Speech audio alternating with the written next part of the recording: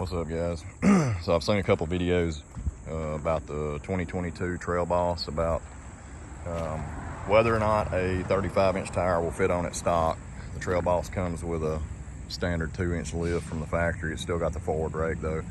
I've got a Ready Lift SST 2.0 lift I'm gonna put on the front that'll raise the front up. But I wanted to see if these 35 11.5s would fit on here stock, and they do. There is, I've seen a couple of videos online saying that they had no rubbing, which is, in my experience, total bullcrap. Because when you back up, if you go full lock and go in reverse, you know, the truck dips a little bit, even if you're not patting the throttle, and you get a little bit of rubbing right here on the inside of the mud flap, just right back there, just very little. But these are Nitto Recon Grappler 35 11.5 wide, not 12.5 wide. The 12.5 wides I don't even think will fit on here with the stock wheels. You can see there's only, I don't know, half an inch or so between the upper control arm. And with the Ready Lift SST 2.0 lift, it comes with new upper control arms, and they're bigger. The upper ball joint's bigger, so you're gonna have even less room between the inside wall of the tire and the upper ball joint. So that's going to end up being a problem when I put my lift on. I've got some Bora wheel spacers coming. I checked in with my mechanic and checked with Bora, and I talked to the people at Custom Offsets, and the Bora 1/2-inch hub-centric wheel spacer, it doesn't have new studs. It just slips on over the existing studs. Still gives you enough stud to where you're safe. I think I counted the other day full rotations on the lug nuts as it sits right now, and I think it's like 15 full rotations, and measured the studs. You're still gonna have plenty of stud to screw it on there. The Boras, I like them, even the slip-ons without the studs, because they have a hub-centric ring in the middle. They're made out of that, whatever it is, 70, 76, I don't know the damn numbers, but it's aluminum, it's good stuff.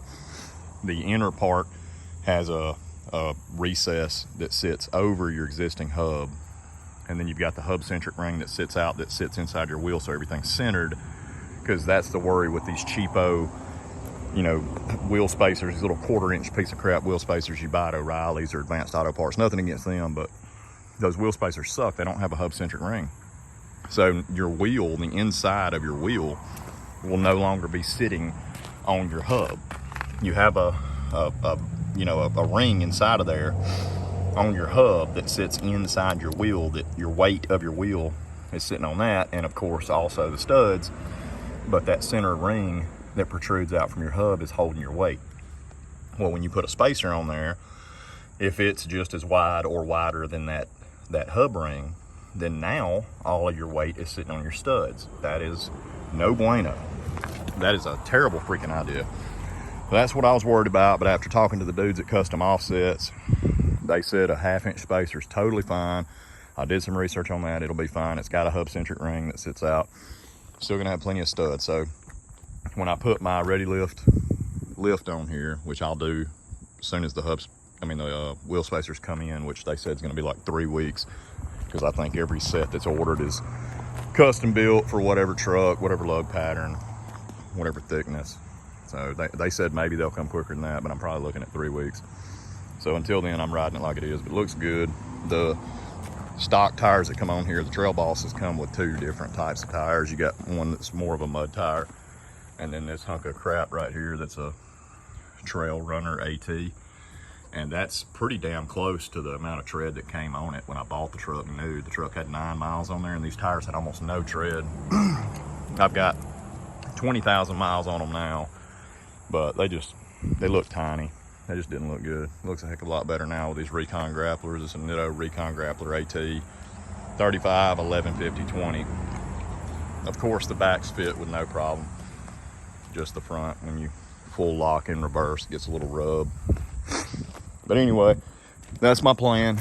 I'm gonna run the Ready Lift SST 2.0. I'm gonna put the front on. I'm not gonna put the 3-inch blocks in the rear. I think once I put the front end on with the new upper control arms and preload spacers and all that stuff, it'll sit level. So no worry there. no real reason to put the back on. And yeah, I'll do another update video once I get the 1/2-inch spacers on, and I may even do an install video showing you, you know, how much thread is left and all that. So there's not a lot of good information out there. There's only a few decent videos showing you, you know, the use of wheel spacers on these newer trucks. It's just not enough info out there. So I'll update.